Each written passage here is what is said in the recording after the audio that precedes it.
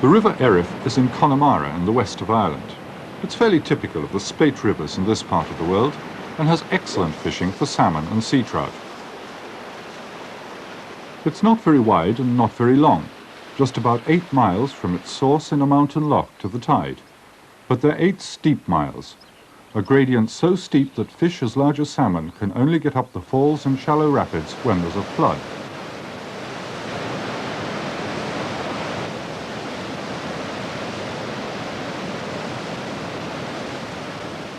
The Erith once belonged to Lord Brabourne, and he and his guests used to stay in Ashley Lodge.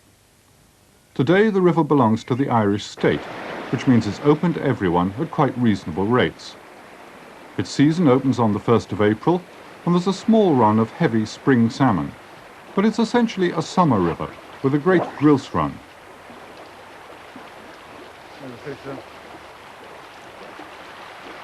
Christopher Pringle has a passion for salmon fly angling.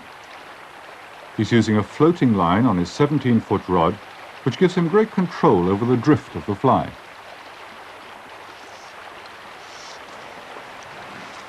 Early season conditions pose problems for the salmon angler. When the water is more than 48 degrees Fahrenheit, salmon are much more likely to come up to a surface lure. But today, the temperature's 48 on the button, so will they come up or stay down? Rain's on the way, and Chris decides to change to a sinking line.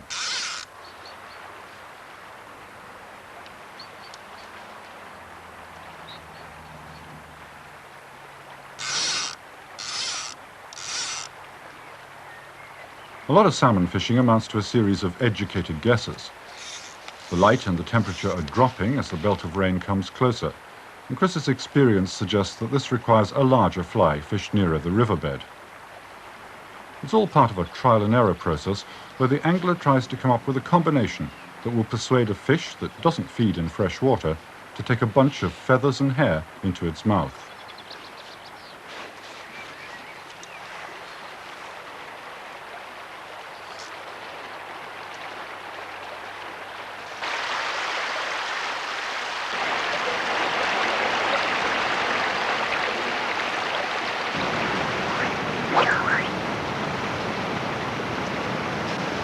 They say a really dedicated fisherman becomes a bit mad.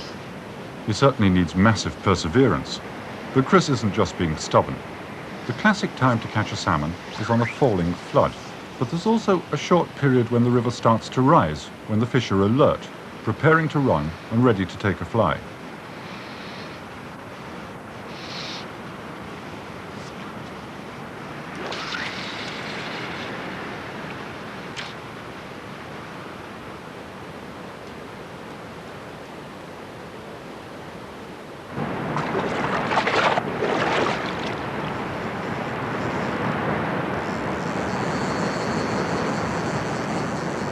The fish is obviously heavy, and it's fighting strongly and deeply. A dogged battle that indicates it may be one of the springers that run the river early in the season. A fish of more substance than the summer grilse, which have only spent one winter feeding at sea.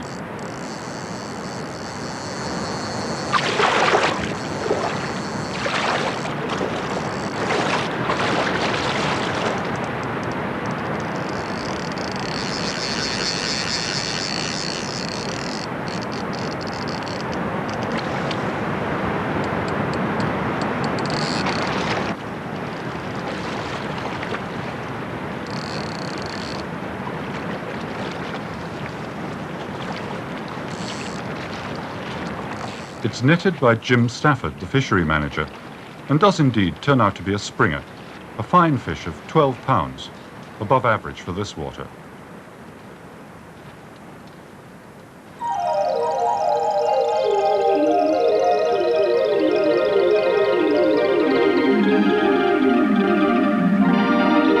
The rain brings with it the first spate of the season, surging down the glaciated valley, bringing a message of urgency and movement to the waiting salmon.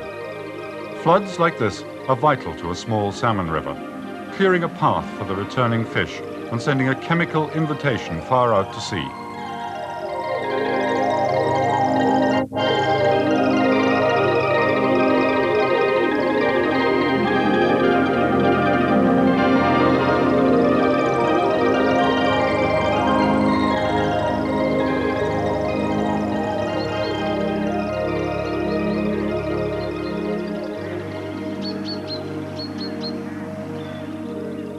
Great changes take place in the Connemara landscape over the next couple of weeks. The seasonal progression from spring to summer affects the whole of nature.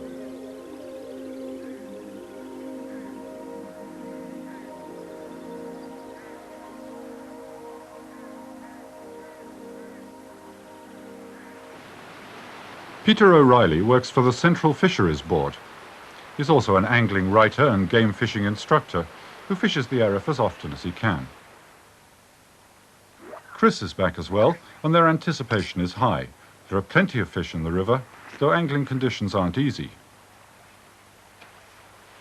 I think I'll go up and fish this down behind you, Chris. Fair enough, Peter's gone a bit dead now. I see you've changed to a sinking line, is that right? I have, yeah. I don't know, I've never had as much success with the floating line as the sinking line, where I've been fishing anyway. I'm not sure about this river. Yeah. You probably disagree with me. I saw two fish down there. It'll be interesting to see how they react to your sinking line. You've done them with the floating line over floating line, yeah. Yeah. I'll move up now. I'll change to a smaller fly. I think that water is dropping. Yeah. The light's not very good at the moment back up behind us here. Where'd you see those fish? Opposite the... out from the point. Out from the point, yeah. So we'll try them with the sinking one anyway and see what happens. There's two of them there now. Just take one, leave the other for me. Fair enough. All right, good luck. Is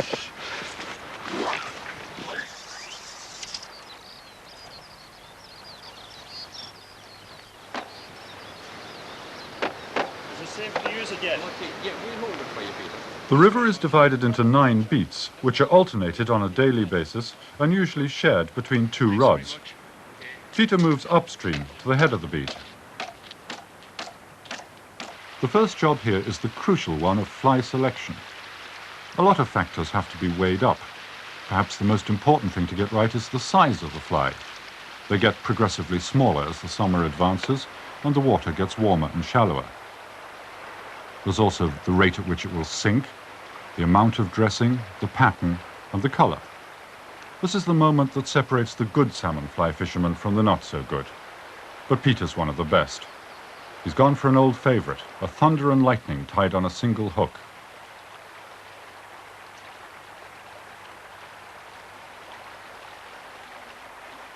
Peter's double spey casting with the big fly rod to avoid problems with his back cast. A relaxed way of fishing, in which the flex and reach of the rod do the hard work. He fishes with confidence because he's fishing known lies, and this is one of the big secrets of success on any salmon river. Year after year, fish lie in the same places and can be caught from them. So an angler who knows these lies, has learned them from years of experience or has had them shown to him, has a huge advantage.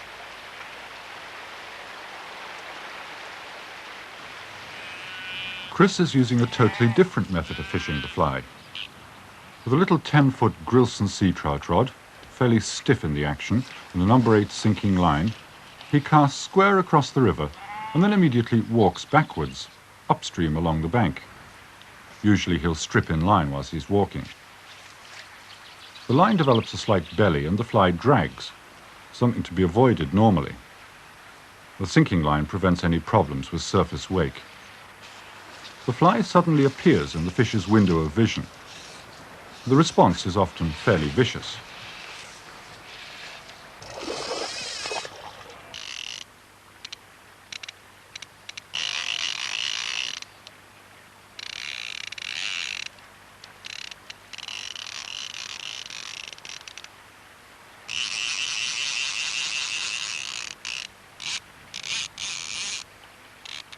Only a girl, it's not a very big fish or anything. Typically, there are a lot of missed takes while backing up, as this method of fly fishing is called. But it can be a way of saving a blank day, and it should be better known.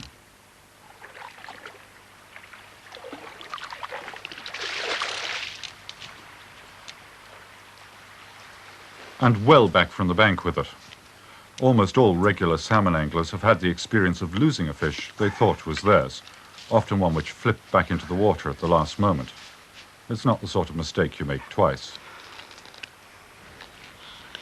A nice grilse.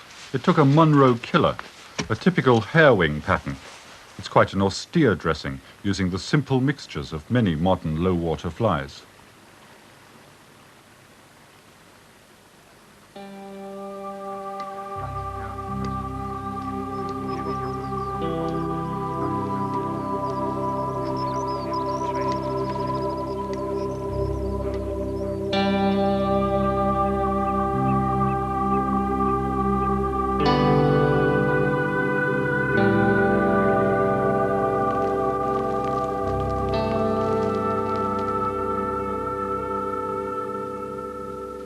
Peter, that's the one I think that did the damage this morning, the size 8 Munro killer on the treble, the Esmond Drury treble.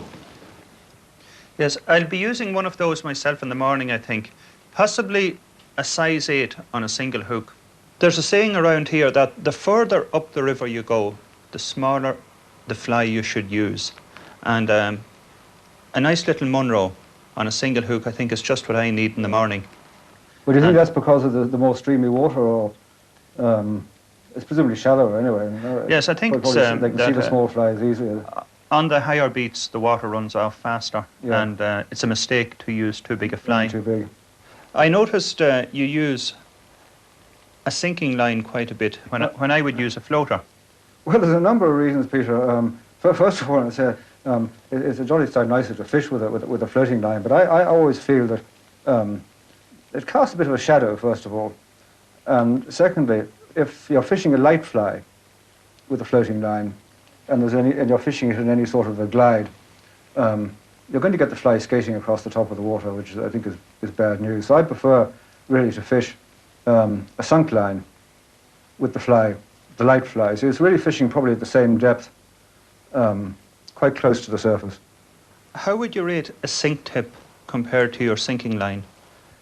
I quite like them. Sometimes I'm not quite sure that